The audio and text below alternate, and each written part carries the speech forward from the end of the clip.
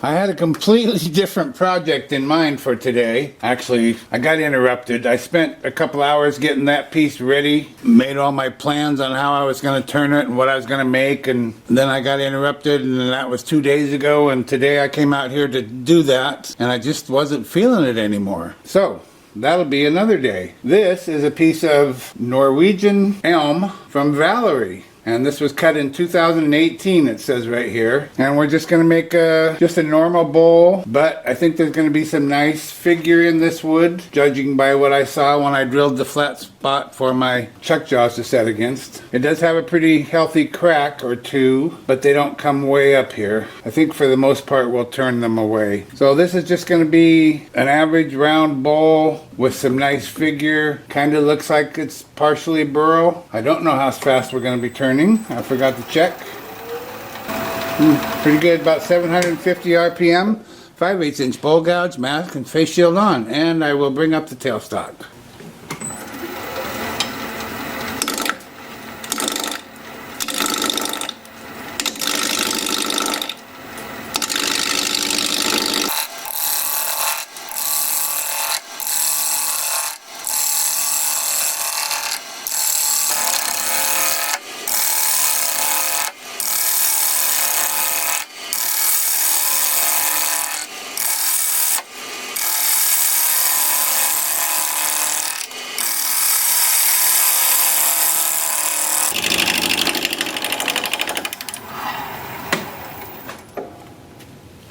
Boy, I just sharpened this and it ain't sharp anymore.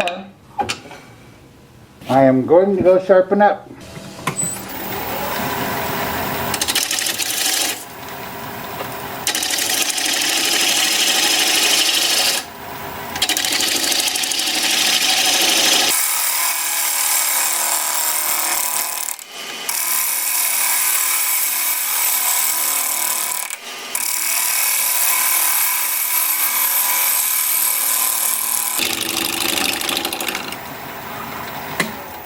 What's that looking like? Looking like a bowl, kinda.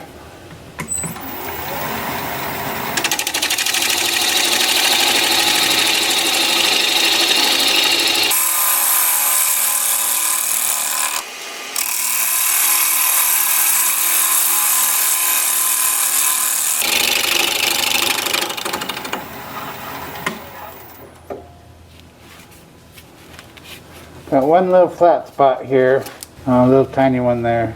I'm going to come down to the bottom and lay out for a recess, I think, and then we'll finalize the shape when I know what I got on the bottom.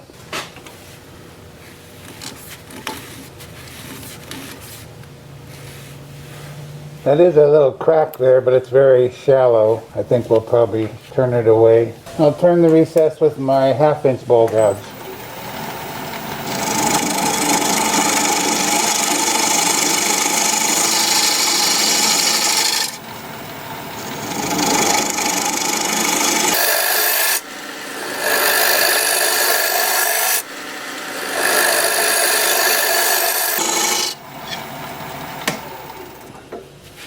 Where's that crack?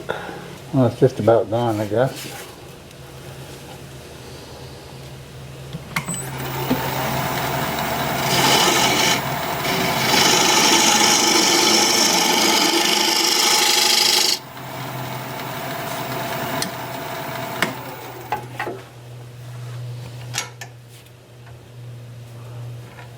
I'm going to use my dovetail tool, put a dovetail on the side here.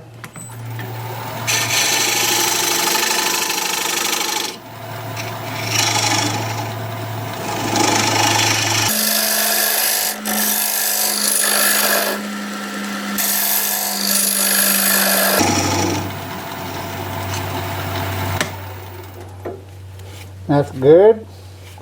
Now we can come back over here and finish up the side profile. And I think I'll just stick with the 1/2 inch bowl gouge.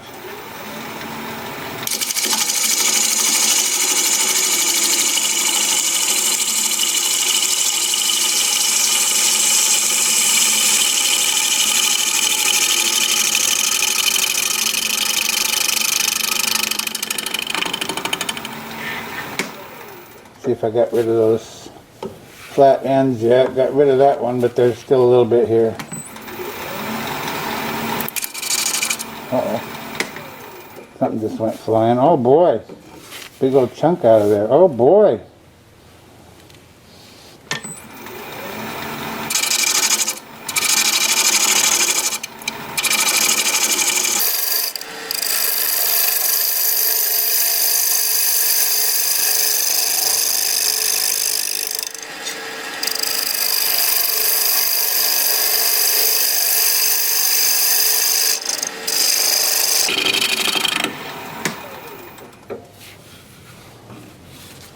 Okay, it's totally round, but now I have that.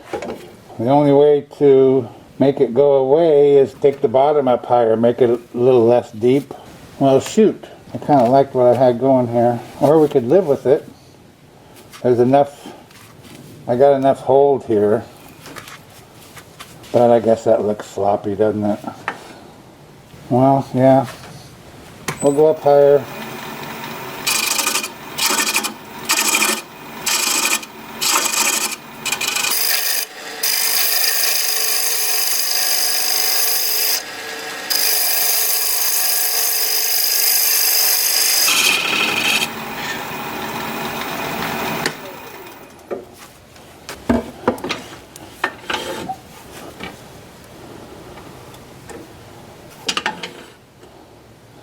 Don't have to remark because there's enough there to tell me what I'm doing.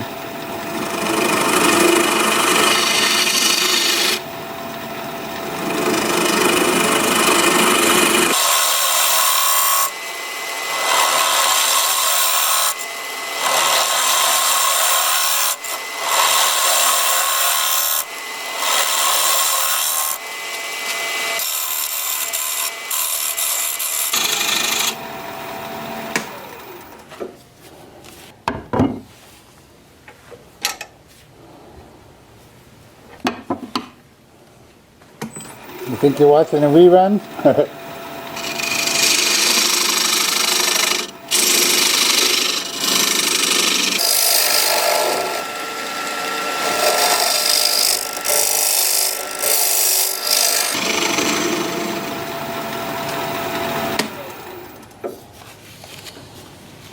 Fixed. Square ends are gone. Looks like a bowl. Time for sanding.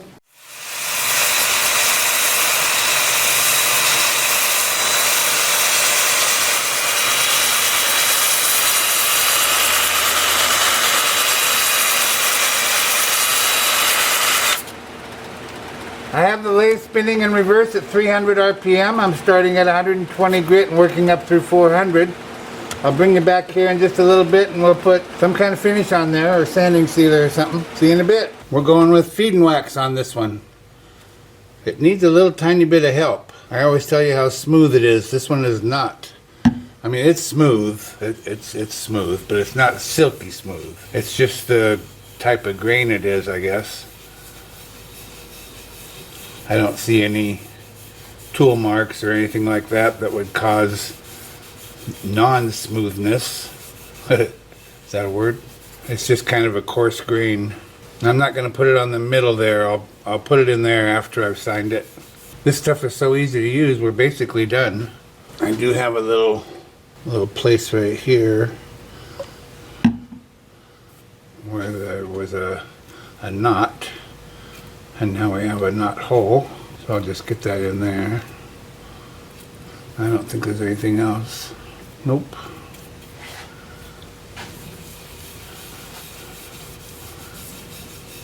Sanding was quite easy. No worries, no messing around, just sand it. I'm really looking forward to getting to the inside of this one.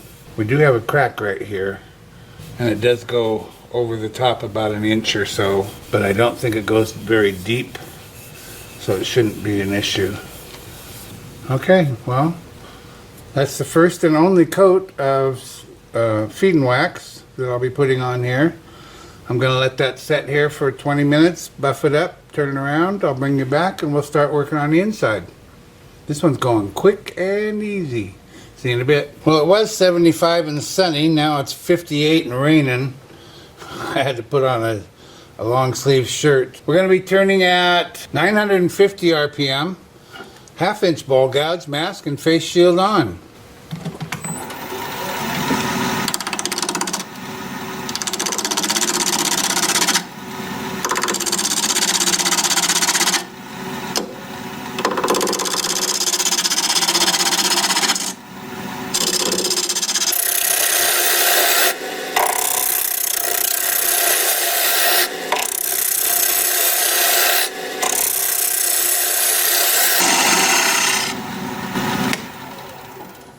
I want to kind of see where we are here. I kind of wanted to leave some of these little bumps around here.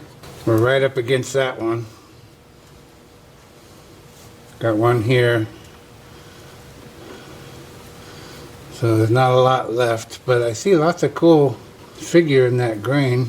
We'll go with that for a little bit. I know that's quite thick for a small piece, so we'll probably end up thinning it down some, but we'll see how it goes.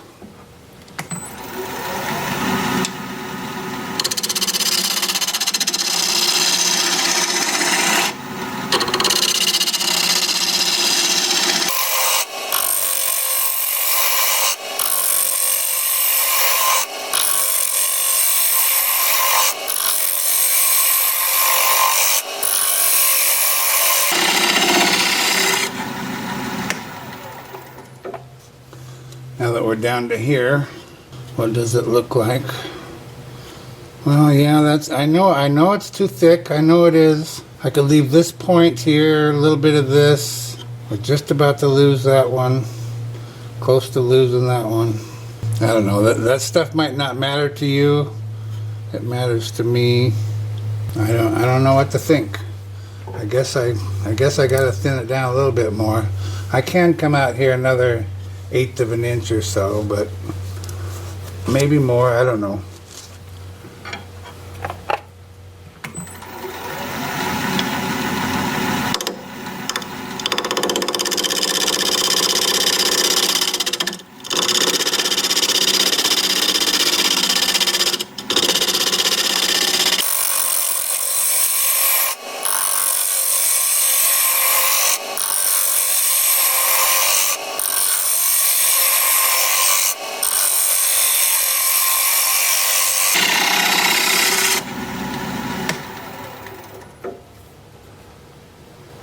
Well, we took away a little bit of it. Still got a little tiny one there.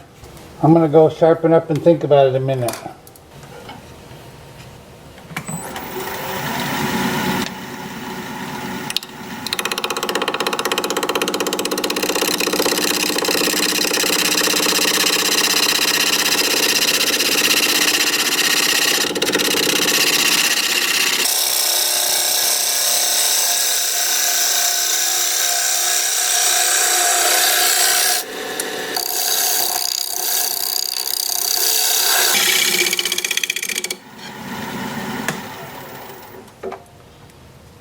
Alright, I think that's as thin as I'm gonna go.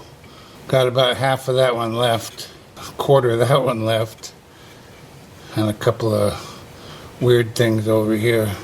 I'm going with that. Gotta have a little bit of interest on this piece.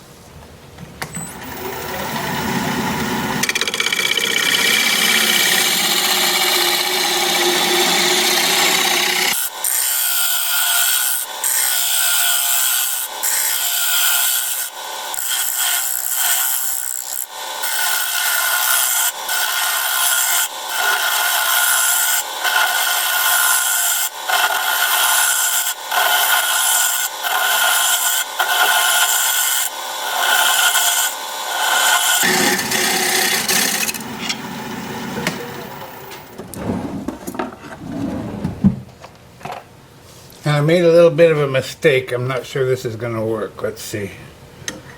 Oh, yes it does. I made my recess fit pretty tight. I was afraid I wouldn't be able to get this in there, but it does go in there. And we still have an inch. So that's a good thing.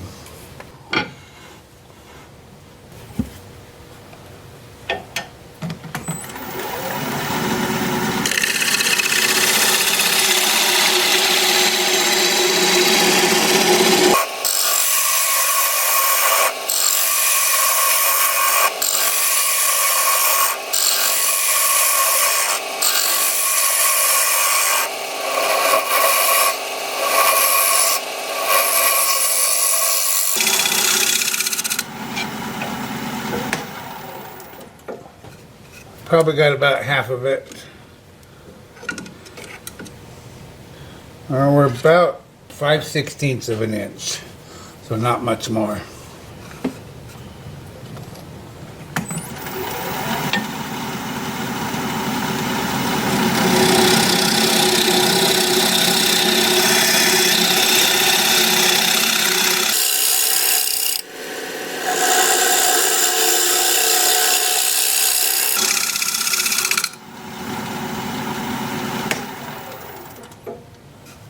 Time for sanding. I'm going to start the sanding with my Sandoflex. This is 180 grit, and I'm just going to sand this top edge here. I'm going to sand it in this direction so that I don't mess up the finish on the outside. I'll show you that in a minute. When I'm done with that, I'm going to start at 100 grit, working up through 400 grit.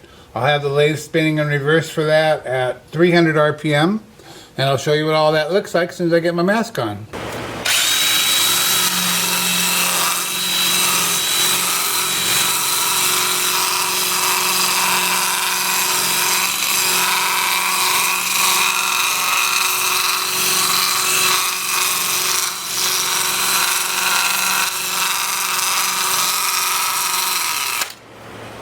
Yeah, that's actually going to work.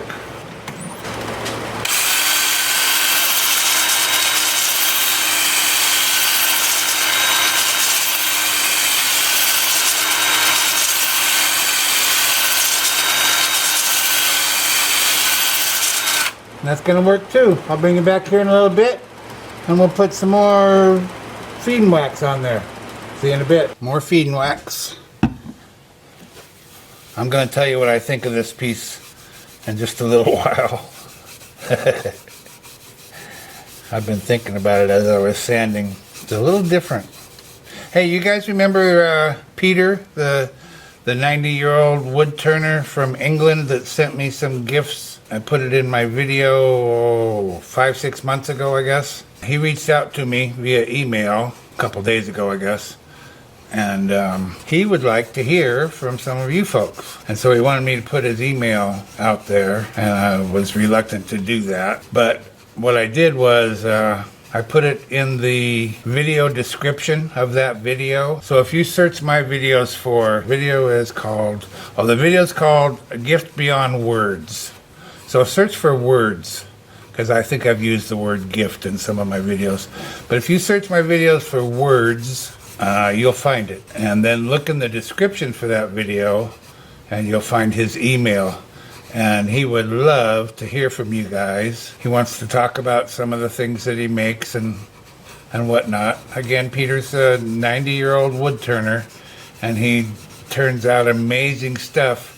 And I don't know if I mentioned it before, but he belongs to I think they call it a men's group. Shared shop space. I'm not sure what they call it over there, but it's about shared shop space. Anyway, guys make stuff, and then what they don't use, they throw their scraps into the scrap bin. Well, that's where Peter gets his wood, is out of that scrap bin. So I thought that was interesting as well, considering the pieces he made for me. Oh my gosh, the pieces he sent out of scraps. Yeah, maybe watch that video again, maybe, or at least look at the description and send Peter an email. Just talk to him. He just wants someone to talk to. He's 90 years old. He wants to talk wood turning, wants to talk projects, and he's easy to talk to. He sends me nice emails. You won't be wasting your time, I promise. Well, now that I see this, it looks pretty good, but it's not my immediate thought. But it looks pretty good. And I'll tell you what I think of this in just a little bit. So I'm going to let that set up for 20 minutes, buff it up. I'll bring you back. We'll take a look at this thing sitting upright and discuss its features. See you in a bit. I'll put this on the turntable in just a minute. I just wanted to tell you what I think it looks like.